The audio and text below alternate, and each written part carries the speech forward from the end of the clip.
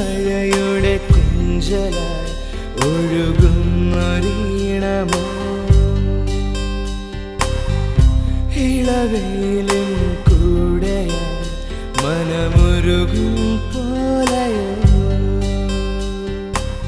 കാഴ്ചയില്ലാത്തവരിലേക്ക് വെള്ളിത്തിരയിലെ വർണ്ണക്കാഴ്ചകൾ എത്തിക്കുക എന്ന ലക്ഷ്യത്തോടെയാണ് ഷാഡോസ് എന്ന ചിത്രം ഒരുക്കിയത്.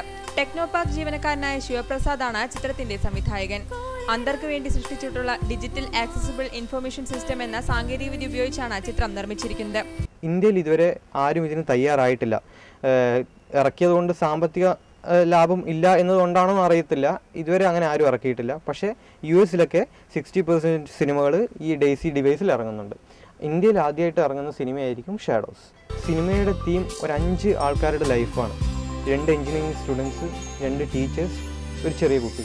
ഇവരുടെ 5 പേരുടെയും ലൈഫ് ത്രൂ ഔട്ട് പറയുന്ന ഒരു കഥയാണ് ഷാഡോസ്. വളരെ സ്ട്രെയിറ്റ് ഫോർവേഡ് സ്റ്റോറിയാണ്.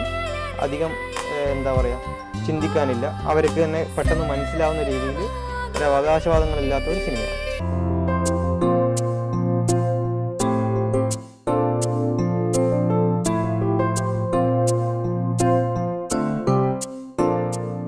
പശ്ചാത്തലമടക്കം വിവരിച്ചുകൊണ്ടുള്ള ചലച്ചിത്ര ഭാഷയാണ് ഡെയ്സി സാങ്കേതികവിദ്യയുടെ പ്രത്യേകത.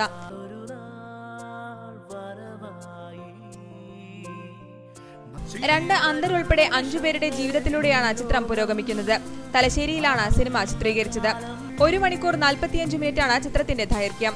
ഈ മാസം 25-ന് തിരുവനന്തപുരം നിള തിയേറ്ററിൽ ചിത്രം പ്രദർശിപ്പിക്കും. ചിത്രം കാണാൻ കാഴ്ചയില്ലാത്ത 100 പേരെത്തും. മെയ് ആദ്യവാരം ചിത്രം തിയേറ്ററുകളിൽ എത്തിക്കാനാണ് ഉദ്ദേശിക്കുന്നത്.